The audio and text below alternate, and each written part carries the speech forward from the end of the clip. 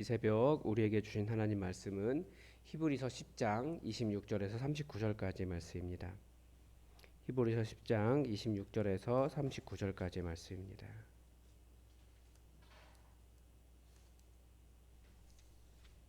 우리 하나님의 말씀을 다 함께 받들어 읽겠습니다. 히브리서 10장 26절입니다. 우리가 진리를 아는 지식을 받은 후 짐짓 죄를 범한즉 다시 속죄하는 제사가 없고 오직 무서운 마음으로 심판을 기다리는 것과 대적하는 자를 태울 맹렬한 불만 있으리라.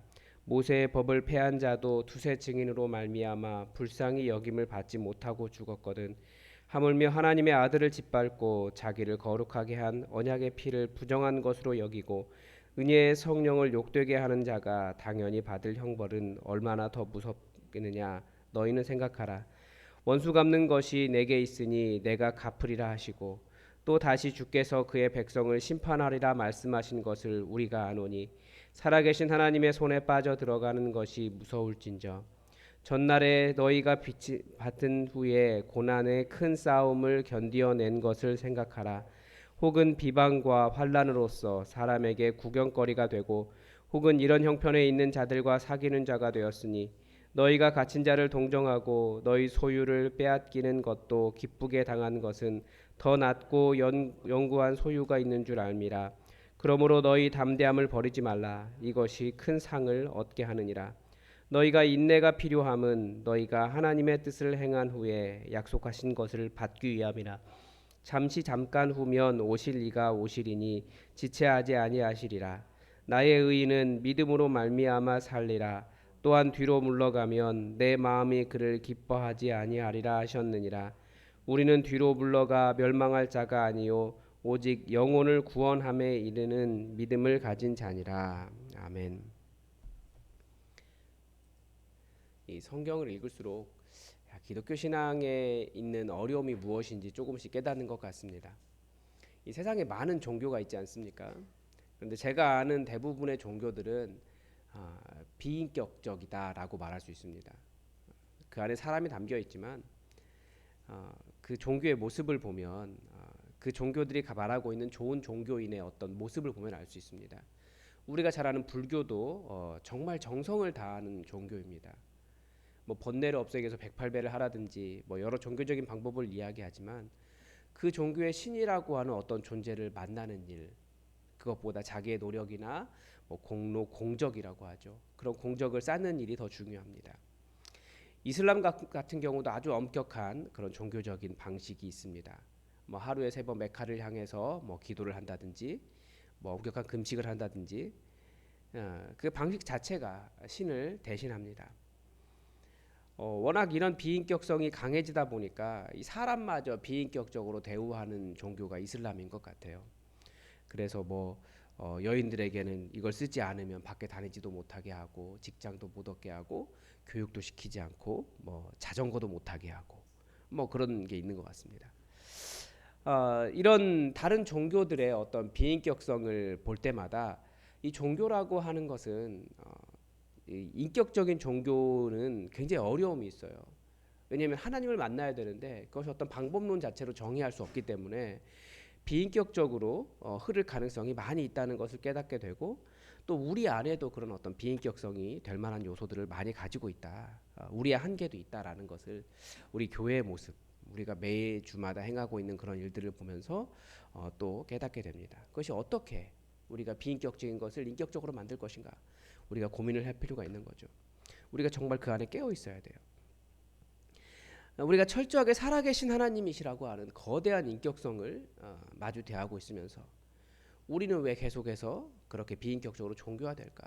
우리가 생각해 볼 필요인데 오늘 본문을 보면서 어제 그 본문의 일부와 함께 또 오늘 본문을 보면서 다 왜 우리가 조심해야 될 부분이 무엇인지, 우리가 신앙생활 하는데 어려움이 무엇인지 함께 그 인격적인 부분을 좀 생각해 보았으면 좋겠습니다. 먼저 어제 주일 설교와 좀 비슷한 맥락입니다. 오늘 우리가 읽은 본문 앞에서부터 이어지는 내용인데요. 예수님께서 예수님의 피로 하나님을 만날 수 있는 성소로 들어갈 수 있는 길을 여셨다라고 되어 있습니다. 그러면 어떻게 해야 할까요? 너무나 답이 뻔하지 않습니까? 22절 하반절에 이렇게 가르쳐 줍니다. 참 마음과 온전한 믿음으로 하나님께 나아가자. 다른 사람들은 하나님을 만나고자 해도 갈 길을 모르기 때문에 뭐 불교나 이슬람처럼 자기가 열심히 절을 해야 된다 그러고 뭐 열심히 뭐 그 다 절하는 거네요. 보니까 메카를 향해 하루에 3번씩 절하라고 하고 뭐 성전에 참여해야 된다고 이렇게 이야기하는데 나름대로 하나님을 찾아보려고 하는데 우리에게는 하나님께 사는 그 길이 활짝 열려 있습니다. 어떻게 해야 합니까? 하나님께 나아가자라고 이야기합니다. 길이 열려 있어도 어차피 하나님을 찾으러 하나님께 나아가지 않으면 아무 의미가 없는 것도 마찬가지 아닙니까? 우리 신앙의 어려움이 이것입니다. 의외로 하나님을 만나러 가는 길을 귀찮아하는 것도 많이 있습니다. 저도 어제 주일 그 오전을 마치고 청년들을 만나고 목양실로 돌아와서 한 일이 무엇인가요? 제가 설교 때도 잠깐 말씀을 드린 적이 있는데 이제 월요일 새벽 설교 준비해야지라는 거였습니다. 그런데 이 말씀을 읽는데 설교 준비에 모든 것이 초점이 갖춰져 있는 거예요. 제 마음이.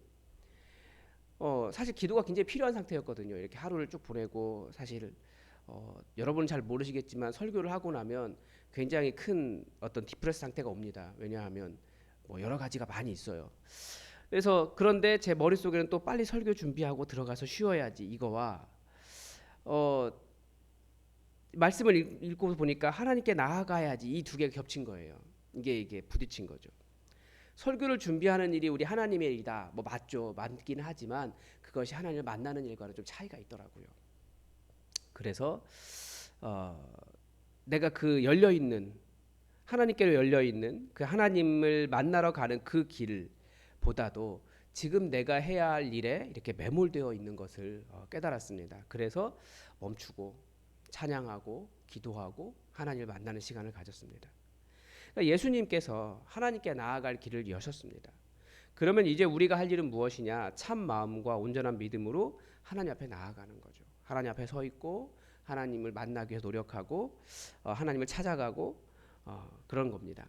그래서 문이 아무리 크게 열려 있어도 하나님께 나아가지 않으면 아무런 의미가 없습니다.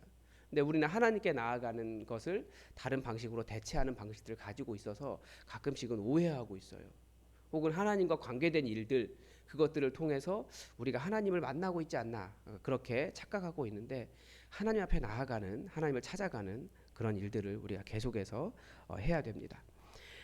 또 하나는 역시 오늘 앞에 나와 있는 본문인데 이제 우리가 할 일은 우리가 할 또 다른 일은 공동체로 모이는 일입니다. 우리는 구원을 계속 개인화하고 있습니다. 내가 예수 믿으면 구원받는다가 이 시대의 구원의 도식의 핵심입니다. 굉장히 개인주의화되어 있는 거예요.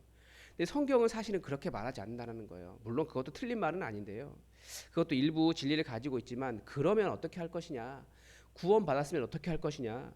그러니까 예수님의 사역의 결과물도 제자 공동체였고 예수님의 복음이 전해지는 곳마다 교회라고 하는 공동체가 세워졌습니다. 이 시대가 공동체를 계속해서 놓치고 있는 거죠. 우리 시대의 교회는 무엇입니까? 그러니까 일주일에 한 번씩 건물에 모이는 그런 의미보다도 훨씬 더 강한 공동체성을 가지고 있어요. 그래서 초대교회는 어떤 곳이었냐? 지금 본문에서는 성경에서는 교회라는 단어는 나오지 않지만 부르심 받은 사람들의 그 공동체적인 삶을 이렇게 정의합니다. 24절부터 25절인데 서로 돌아보고 사랑과 선행을 격려하고 모이기를 열심히 하고 모이기 귀찮으니 한 달에 2번만 모이자, 뭐 한 번만 모이자 그렇게 하는 습관들과 같이 하지 말고 오직 권하여 더 모이자 그렇게 이야기하는 겁니다. 더욱 더 알면 알수록 더욱 모이자 이렇게 가르쳐 주는 거죠. 매주 모이지 않으면 사실 공동체가 되기란 참 어렵습니다. 우리가 코로나 시기를 지나면서 많이 느끼셨을 거예요. 매주 얼굴을 보지 않으면 자주 보지 않으면 사실은 공동체가 되기 어렵습니다. 청년부도 어떻게든지 지금 청년들이 의외로 바쁘고 별로 교회에 대한 관심이 없는 부분들도 있어요. 계속 모이자 하는 이유가 매주 모여야 보니까 공동체가 되어 가더라고요. 그래서 교회는 계속 모이는 사람들입니다. 그리고 자주 모여서 서로를 돌보고 사랑과 선행으로 서로를 격려하는 그런 공동체성이 있습니다. 그래서 우리가 복음을 영접했으면 이 공동체를 놓치면 안 됩니다. 이 공동체를 상실을 했기 때문에 이 시대의 교회가 참 어려운 것 같아요. 자꾸 신앙을 개인화하니까, 내가 어떤 경지에 이르는 것이라고 생각하니까. 그런데 우리 신앙은 절대 혼자 할 수 없는 겁니다.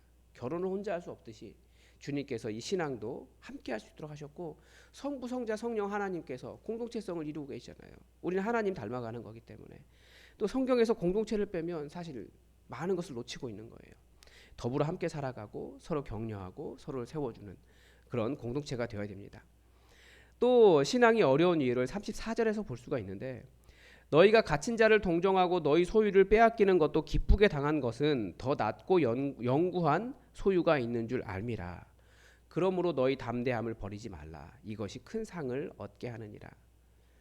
사람들이 우리 신앙을 잘 되고 형통하고 모든 문제가 해결되고 병이 없고 자녀들도 다 대기업 다니고 성공하는 쪽으로만 생각합니다.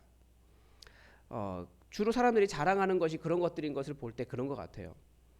그래서 그렇게 형통하지 않으면 때로는 하나님께 버림받았다든지 상처받았다든지 하나님 없다라든지 뭐 이런 말은 하지 않지만 마음속으로 느끼게 돼요. 왜냐하면 비교되거든요.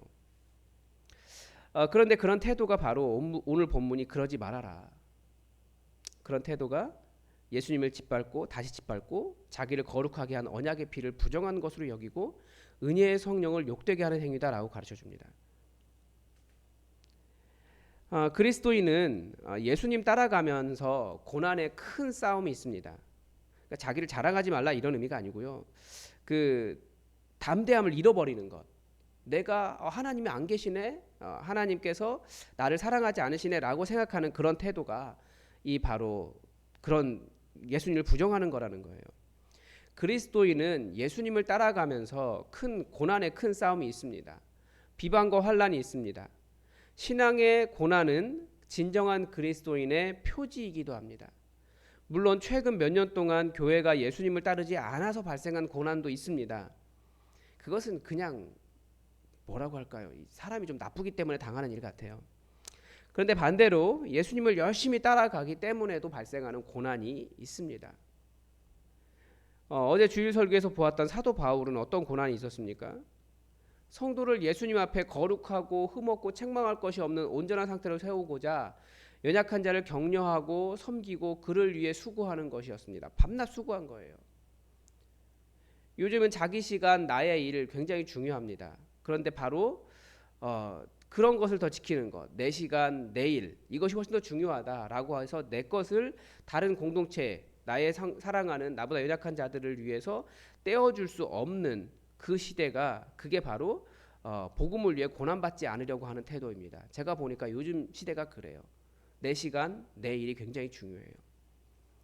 목사도 마찬가지고 장로도 마찬가지고 교회 항존 직분자들도 마찬가지고 목자들도 다 마찬가지입니다. 다 똑같아요. 뭡니까?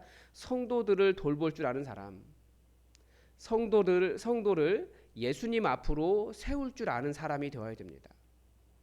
이 일을 위해 나의 시간, 나의 재물을 내어놓을 수 있는 사람이 되어야 한다라는 거예요. 그래서 저도 휴가 이후에 이제 집사님 한 분과 성경 공부를 하기로 약속했습니다. 언제 만나야 될까요? 시간이 없기 때문에 그분 직장 생활 하시니까 평일 밤에 만나든지 아니면 토요일 새벽에 만나야 됩니다. 목사이기 때문에 당연한 일이 아니에요.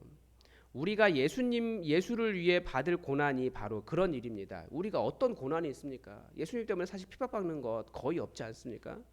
내가 예수님을 위해서 내어놓을 수 있다라고 하는 것, 고난받는 일은 나를 내려놓고 내 시간을 내려놓고 연약한 성도를 세우려고 노력하는 것입니다. 그런데 말씀이 뭐라고 가르쳐줍니까? 35절에 보면 그러므로 너희 담대함을 버리지 말라. 이것이 큰 상을 얻게 하느니라. 그거 손해보는 거 아니라는 거예요. 복음을 위해 받는 고난은 훨씬 더 큰 상이 있습니다. 그래서 계속해서 담대함을 버리지 말라. 손해보는 건 아니다. 재산을 뺏겨도 심지어 핍박을 당해도 그거 손해보는 건 아니다. 그렇게 오히려 가르쳐줍니다. 그래서 이 믿음에서 절대 후퇴하지 말고 담대함을 버리지 말라 우리에게 가르쳐줍니다. 여러분, 우리 신앙의 진정한 모습은 주님이 오시는 그날까지 사실은 손해가 더 많이 있을지도 모릅니다. 생각해보면 우리 주님이 그런 분이세요. 우리 주님이 그렇게 손해본 분 아니십니까? 이 하나님 나라 다 사람들이 깨어났는데 당신이 십자가의 피로 오히려 더 내가 다 갚았으니 너희들 갚을 거 없으니까 그냥 다 와라. 그렇게 말씀하신 손해보신 분이 우리 예수님이에요. 죄인들을 위해 자기 피를 흘려서 화해의 손을 내미셨을 뿐만 아니라 또 하늘 보좌 얼마든지 모든 것을 다 누릴 수 있는 자리에 계신 분이심에도 불구하고 가장 낮은 자리로 생명을 내어놓는 자리로 내려오지 않으셨습니까? 피조물이 되신 거예요. 하나님이 어떻게 피조물이 되십니까? 우리 주님이 그러신데 어떻게 나는 손해 하나 안 보고 나 잘 되는 일만 하나님께 복받았다고 가르치는 그런 가르침은 사이비일 가능성이 훨씬 더 많은 거죠. 예수님 따라가는 것이 아니에요. 예수님은 그렇게 살지 않으셨어요. 오늘 본문은 심지어 복음 때문에 고난의 큰 싸움이 있었고 비방과 환란이 있었고 소유를 빼앗기기도 했다고 가르쳐주지 않습니까? 이것은 별로 큰 환란도 아니에요. 이제 11장에 가면 더 큰 환란이 나옵니다. 그래도 복음을 받은 사람들은 뒤로 절대 후퇴하지 않습니다. 왜냐하면 우리가 하늘에 있는 상을 바라기 때문이기도 하지만 우리 주님이 그렇게 하셨기 때문에 그래요. 우리가 바로 그분을 우리의 주인이라고 모시고 있기 때문에 그래요. 그리고 그분 안에 있는 그 영광의 소망이 무엇인지 우리는 알기 때문입니다. 그리고 또 우리가 그렇게 고난을 견디는 이유는 나 때문이 아니고 우리 주님이 하셨던 것처럼 나도 나보다 약한 성도를 예수님 앞에 세우기 위해서입니다. 물론 우리는 다른 사람들을 나보다 약한 사람들을 주님 앞에 세우려고 할 때 내가 더 약한 성도입니다. 이렇게 말하는 게 있어요. 제가 더 약해서 더 돌봄을 받아야 되는데요. 라고 말하는데 나는 약한 거 맞아요. 우린 약한 건 맞습니다. 그런데 나보다 더 약한 성도가 있어요. 그러니까 나보다 더 약한 성도를 세우는 일이 우리가 할 일이라는 거예요. 그러니까 누구든지 다 나보다 더 약한 성도를 돌보고 세울 수 있습니다. 여러분 이런 복음의 자세에서 후퇴하지 마십시오. 우리 주님이 그렇게 하셨으니까. 사람을 사랑하고 돌보고 세우는 인격적인 관계에서도 후퇴하지 마십시오. 어떻게든지 우리가 우리의 주인 되신 우리의 주님 되신 예수님 걸어가신 그 길을 우리가 걸어갈 수 있기를 바랍니다. 기도하겠습니다. 하나님 아버지 다른 신앙 다른 종교들에 비해서 참 기독교는 어려운 부분이 있습니다. 방법이 절대 인격성을 대체할 수 없기 때문에 그렇습니다. 이것을 생각하면서 오늘도 어떻게 인격적인 하나님 만날까? 하나님 앞에 인격적으로 설 수 있을까? 우리를 돌아보게 하시고 주님께서 열어놓으신 그 길을 걸어가 하나님을 만나고 하나님을 경험하고 하나님을 예배하고 기도하고 하나님과 사랑의 관계를 누릴 수 있도록 주의 성령님께서 우리의 영을 예민하게 깨워 주시옵소서. 하나님 그 예민하게 깨어진 것을 가지고 다른 사람들을 판단하고 비판하는 것이 아니라 더욱더 예수님의 사랑 닮아서 다른 사람들을 깊이 사랑하고 또 우리와 함께 아름다운 공동체 하나님 나라 이곳에 세워갈 수 있도록 도와주시며 어떻게든지 나보다 더 연약한 자를 격려하고 돌보아 하나님 앞으로 세워나갈 수 있을지 또 우리에게 지혜와 능력을 허락하여 주시옵소서. 하나님 우리 예수품 교회 정말 예수님 품 안에 안긴 그 기쁨이 넘치는 교회 되게 하시길 원하며 예수 그리스도의 이름으로 기도드립니다. 아멘. 여러분 우리 공동체의 몇 가지 기도 제목 함께 요청을 드립니다. 계속해서 환우들을 위해서 기도해 주시고 오랫동안 교회 나오지 않은 분들이 좀 계십니다.